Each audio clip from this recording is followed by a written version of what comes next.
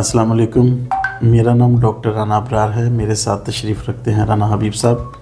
کافی لمبے عرصے کے بعد آپ کی خدمت میں دوبارہ حاضر ہیں۔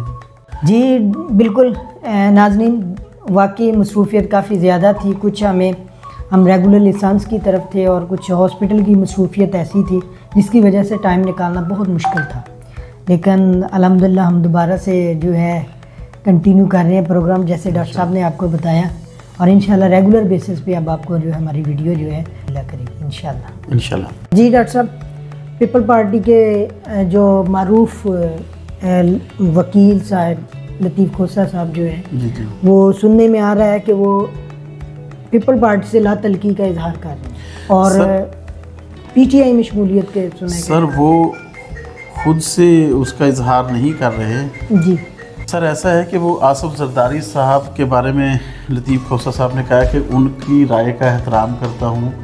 جو آصف زرداری صاحب کی رائے ہے لطیف کھوسہ صاحب اور اعتزاز احسن صاحب کے بارے میں کہ وہ پارٹی کے لیے فٹ نہیں ہے، پیپلز پارٹی کے لیے، تو وہ انہوں نے خوشی سے پیپلز پارٹی کو چھوڑنے کا فیصلہ کیا اور پی ٹی آئی میں شمولیت کا انہوں نے کہا کہ نیکسٹ ویک جو ہے میں اس کا فیصلہ کروں گا۔ ہوپفلی وہ پی ٹی آئی میں شامل ہو جائیں گے، کیونکہ اس وقت دیکھا جائے تو عمران خان صاحب کو ڈیفینڈ بھی کر رہے ہیں جی، اور ان کی جو ویوز ہیں وہ بھی کافی حد تک عمران خان صاحب سے ملتے ہیں۔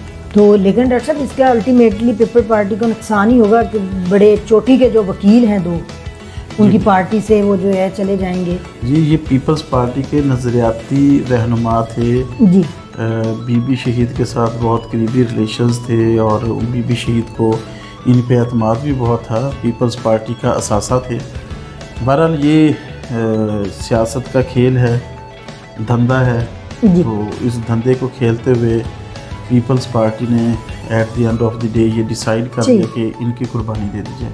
ٹھیک ڈاکٹر صاحب۔ جی ڈاکٹر صاحب، جو میاں نواز شریف صاحب کو اتنی جلدی ریلیف ملا، فوراً سے ہی کیسز سارے کے سارے ان کے معاف ہو گئے اور جیسے کہ بریت ہو رہی ہے، تو اس کے بارے میں آپ کا کیا خیال ہے؟ سر یہ ہے کہ اس کا بیسیکلی اثر جو ہے وہ یہ ہرگز نہیں ہوگا کہ میاں صاحب کا ووٹ بینک بڑھے گا۔ ووٹ بینک جس کا ہے اسی کا رہنا ہے۔ بالکل، صرف میاں صاحب کے لیے الیکشن کا راستہ جو ہے کمپین چلانے کا وہ کلیئر ہوگا اور کچھ بھی نہیں ہے۔ سیم اسی طرح سے دیکھ لیں یہ جو اس وقت سنیریو ہے یہ 2018 میں تھا۔ آج میاں صاحب کو صادق اور امین قرار دیا جا رہا ہے اور عمران خان صاحب جو ہے ان کو گنہگار قرار دیا جا رہا ہے۔ 2018 میں عمران خان صاحب کو صادق اور امین قرار دیا جا رہا تھا، اس پہ منوایا جا رہا تھا سب سے، اور میاں صاحب پہ مقدمے ہو رہے تھے۔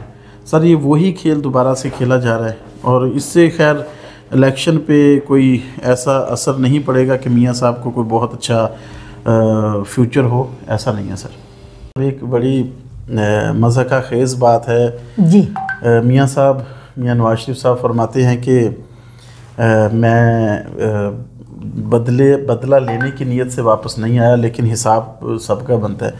اگر دیکھا جائے تو حساب تو میاں صاحب کا میرا خیال زیادہ بنتا ہے باقیوں کی نسبت، تو آپ کا کیا کہنا ہے اس بارے میں؟ بالکل ڈاکٹر صاحب، جو اقتدار میں آتا ہے پھر دوبارہ سے وہ یہی کام کرتا ہے۔ پاکستان کی ہسٹری اٹھا کے دیکھ لیں اور یہی چل رہا ہے پاکستان میں معاملات۔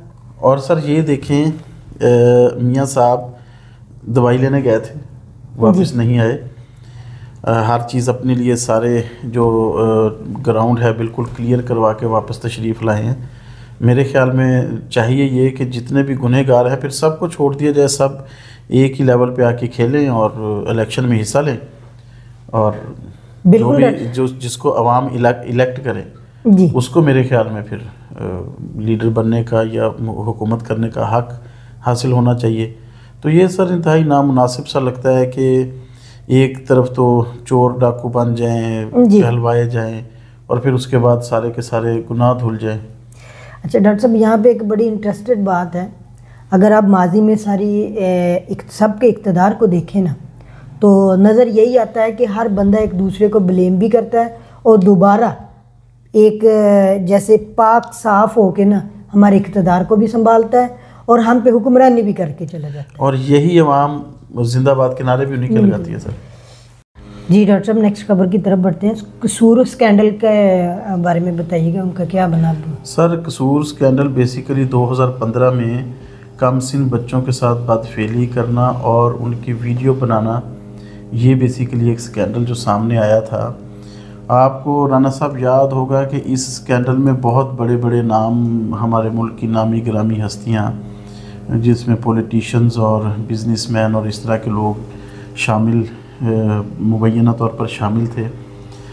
اس وقت ہی مختلف حلقوں کا یہ کہنا تھا کہ یہ وقتی طور پہ عوام کے جذبات ٹھنڈے کرنے کے لیے, لوگوں کو ٹھنڈا کرنے کے لیے یہ سب کھیل رچا جا رہا ہے, سزائیں دی جا رہی ہیں, اینڈ پہ ان کو بری کر دیا جائے گا. اور آج سر وہی اسی طرح سے ہوا ہے. عدالت نمبر 4 میں جو 3 مجرم تھے, حسیم, عامر وسیم سندھی اور علیم آصف کو عمر قید اور 3-3 لاکھ جرمانے کی سزا کا حکم جاری کر دیا گیا ہے. ڈاکٹر صاحب غزہ میں جو ہے جمائمہ کے ویوز آ رہے ہیں, جمائمہ کمنٹس کر رہی ہیں, تو اس کے بارے میں آپ کیا رائے دیتے ہیں جمائمہ کے جو کمنٹس آ رہے ہیں؟ جی غزہ میں اسرائیلی جو بمباری ہے اس کے نتیجے میں اب تک 48,000 جو فلسطینی ہیں وہ جاں بحق ہو چکے ہیں, 48,000 سے زائد زخمی ہیں, اور جبکہ 1,500 اسرائیلی جاں بحق ہو چکے ہیں اب تک. غزہ کے بارے میں جمائمہ کا کہنا ہے کہ بیسیکلی پرو اسرائیل اور پرو فلسطین اس طرح کی ٹرمینالوجیز استعمال نہیں کرتے, اور مجھے پسند نہیں ہے کیونکہ یہ دونوں ایک دوسرے کے ساتھ منسلک بھی ہیں اور ایک دوسرے پہ منحصر بھی ہیں جن کا جو وجود ہے.